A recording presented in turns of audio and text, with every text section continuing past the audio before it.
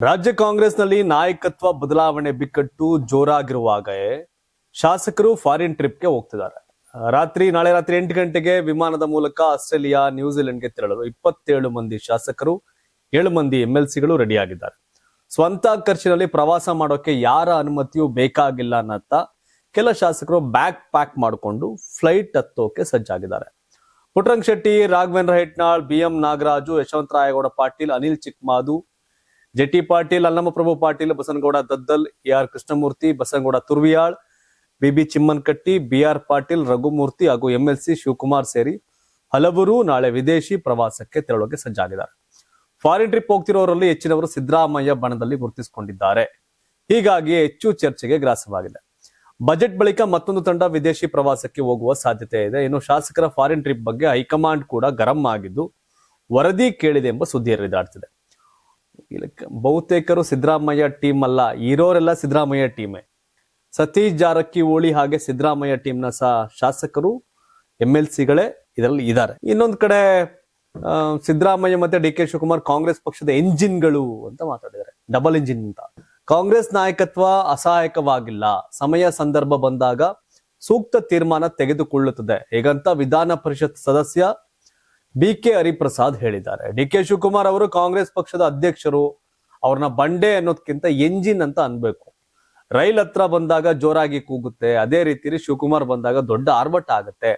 ನಾಯಕತ್ವ ಬದಲಾವಣೆ ವಿಚಾರವನ್ನ ಕಾಂಗ್ರೆಸ್ ಪಕ್ಷದ ಅಧ್ಯಕ್ಷರಾದ ಮಲ್ಲಿಕಾರ್ಜುನ್ ಖರ್ಗೆ ಅವರು ತೀರ್ಮಾನಿಸಬೇಕು. ಯಾವುದೇ ವಾಹನ 2 ಟ್ರ್ಯಾಕ್ಗಳಲ್ಲಿ ಹೋಗೋಕೆ ಆಗೋದಿಲ್ಲ. ಸಿದ್ದರಾಮಯ್ಯ, DKಶಿ 2 ಎಂಜಿನ್ಗಳೇ ಆಗಿವೆ. ಸರ್ಕಾರದಲ್ಲಿ ಸಿದ್ದರಾಮಯ್ಯ ಮುಂದಿರ್ತಾರೆ, ಪಕ್ಷದ ಅಧ್ಯಕ್ಷರು ಹಿಂದಿರ್ತಾರೆ. ಪಕ್ಷ ಅಂತ ಬಂದಾಗ DK ಶಿವಕುಮಾರ್ ಮುಂದಿರ್ತಾರೆ. ನಾಯಕತ್ವ ಗೊಂದಲವನ್ನು ಹೈಕಮಾಂಡ್ ಸರಿಪಡಿಸುತ್ತದೆ. ಸೋನಿಯಾ ಗಾಂಧಿ, ಮಲ್ಲಿಕಾರ್ಜುನ್ ಖರ್ಗೆ ಹಾಗೂ ರಾಹುಲ್ ಗಾಂಧಿಗೆ ಎಲ್ಲಾ ವಿಚಾರಗಳು ಗೊತ್ತಿವೆ. ಹಾಗಾಗಿ ಹೈಕಮಾಂಡ್ ನಾಯಕರು ಅಸಹಾಯಕರಲ್ಲ. ಅಸಹಾಯಕತೆ ಎಂಬುದು ಹೈಕಮಾಂಡ್ಗೆ ಇಲ್ಲ.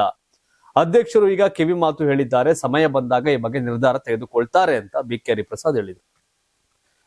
ಇಂಜಿನ್ನು ಸರ್ಕಾರ ಅಂದ್ರೆ Siddaramaiah first, DK next. Party ಅಂದಾಗ DK ಫಸ್ಟ್, ಉಳಿದವ್ರು ನೆಕ್ಸ್ಟ್ ಅಂತ BK ಹರಿಪ್ರಸಾದ್ ಪಾಠ ಮಾಡ್ತಾವ್ರೆ. ಫಸ್ಟ್ ಸೆಕೆಂಡು ಮಾತುಕತೆ, ಹೈಕಮಾಂಡ್ ತೀರ್ಮಾನ 2.5 ವರ್ಷ ಆದ್ಮೇಲೆ ಕೊಡ್ತೀವಿ ಅಂತ ಹೇಳಿದ್ರು ಅಂತ ಹೇಳ್ತಾರೆ. ಕೊಟ್ಟ ಮಾತನ್ನ ನುಡಿದಂತೆ ನಡಿಬೇಕು ಅಂತೆಲ್ಲ ಭಾಷಣ ಮಾಡ್ತಿರ್ತಾರೆ DK ಶಿವಕುಮಾರ್, DK ಸುರೇಶ್ ಆದಿಯಾಗಿ ಎಲ್ಲೂ. ಅದ್ಯಾಕೆ DK ಶಿವಕುಮಾರ್ ಅವ್ರ ಕೂಗು ಕೇಳ್ತಾ ಇಲ್ಲ ಹರಿಪ್ರಸಾದ್ ಅವ್ರಿಗೆ ಗೊತ್ತಿಲ್ಲ. ಇನ್ನು ಯತೀಂದ್ರ ಪರ ರಾಘವೇಂದ್ರ ಹಿಟ್ನಾಳ್ ಬ್ಯಾಟಿಂಗ್ ಮಾಡಿದ್ದಾರೆ. ಯತೀಂದ್ರ ಪರವಾಗಿ ಶಾಸಕ ರಾಘವೇಂದ್ರ ಹಿಟ್ನಾಳ್ ಬ್ಯಾಟ್ ಬೀಸಿದ್ದಾರೆ.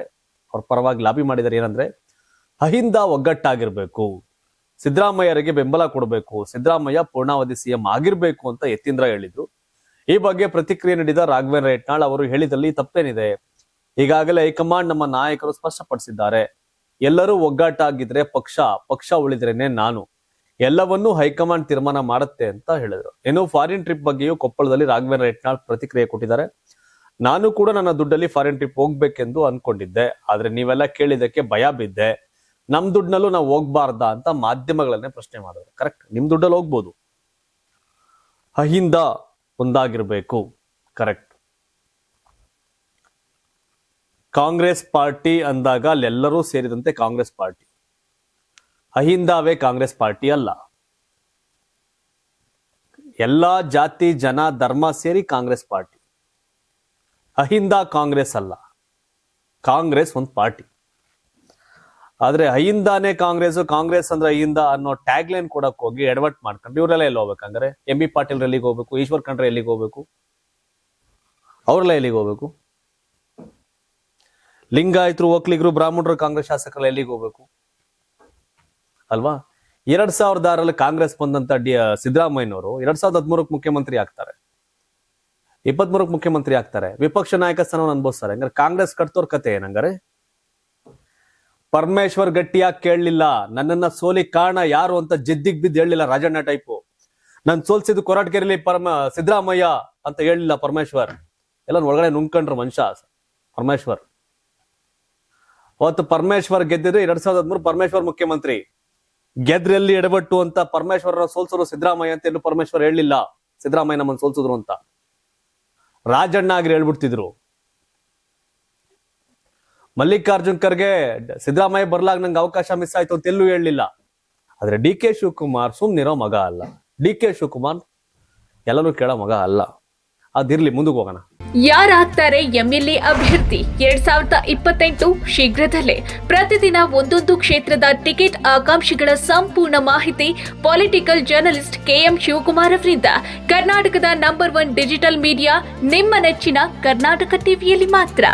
ನೀವು ಸಣ್ಣ ಆಗ್ಬೇಕಲ್ವಾ? ಅದು ಒಂದು ಉತ್ತಮ ಆಹಾರದಿಂದ ಸಣ್ಣ ಆಗ್ಬೇಕಲ್ವಾ? ಪ್ರತಿದಿನ ನಮ್ಮ ಜೀನಿ ಸ್ಲಿಮ್ ನ ಯೂಸ್ ಮಾಡಿ ಯಾವುದೇ ಸೈಡ್ ಎಫೆಕ್ಟ್ ಇಲ್ದಂಗೆ ನೀವು ಸಣ್ಣ ಆಗ್ತೀರಾ.